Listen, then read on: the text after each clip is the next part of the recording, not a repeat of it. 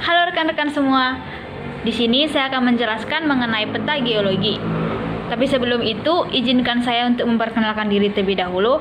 Perkenalkan, nama saya Abigail Aruna Yolanda Berusur Bakti. Saya merupakan mahasiswa angkatan 2021 Prodi Teknik Geologi Universitas Sriwijaya. Sebelum itu, kita harus mengetahui pengertian peta geologi.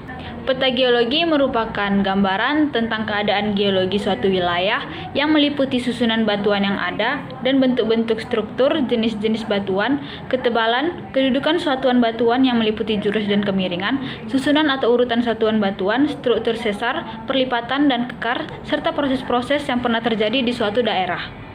Selanjutnya, dalam peta geologi kita mengenal yang namanya tingkat litostratigrafi.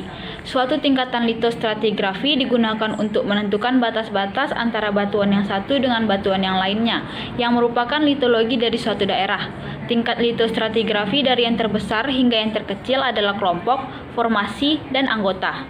Di sini saya akan menjelaskan mengenai tingkat litostratigrafi. Yang pertama itu ada kelompok. Kelompok itu biasanya menunjukkan keseragaman ciri-ciri litologi.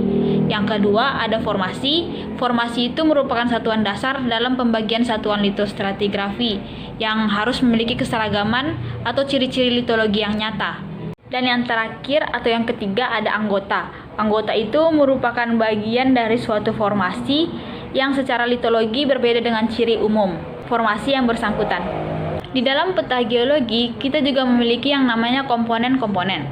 Komponen-komponen berikut ini meliputi banyak hal yang digunakan untuk membantu kita dalam membaca peta. Dalam komponen peta geologi, kita bisa menemukan ada lambang-lambang seperti yang ini.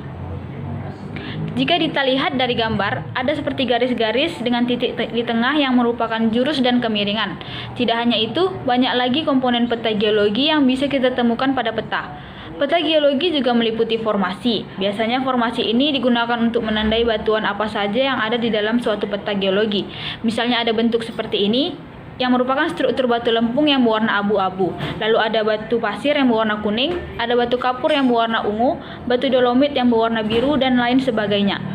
Berikut ini merupakan contoh peta geologi. Dapat kita lihat dalam peta geologi di samping bahwa ada banyak warna dan struktur garis-garis di dalamnya. Warna-warna dalam peta geologi menandakan landform yang ada di dalamnya. Misalnya warna coklat, biru, ungu, hijau itu menandakan suatu landform tertentu. Sebagai contoh, warna biru dalam peta tersebut bisa ditandakan dengan adanya sungai, atau garis-garis berwarna merah bisa ditandai dengan adanya jalan. Peta geologi juga tentunya memiliki kegunaan yang beragam dalam bidang-bidang tertentu. Beberapa di antaranya, yang pertama bidang keteknikan, biasanya digunakan untuk pembangunan. Yang kedua, bidang perencanaan wilayah dan kota. Yang ketiga, bidang pertambangan, biasanya untuk mencari gas dan sumber daya mineral yang ada. Yang keempat, bidang perminyakan. Dan yang terakhir adalah bidang industri, biasanya mencari mineral-mineral seperti air dan semacamnya.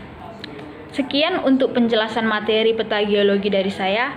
Jika ada kata-kata yang kurang berkenan, mohon dimaafkan. Sekian dan terima kasih.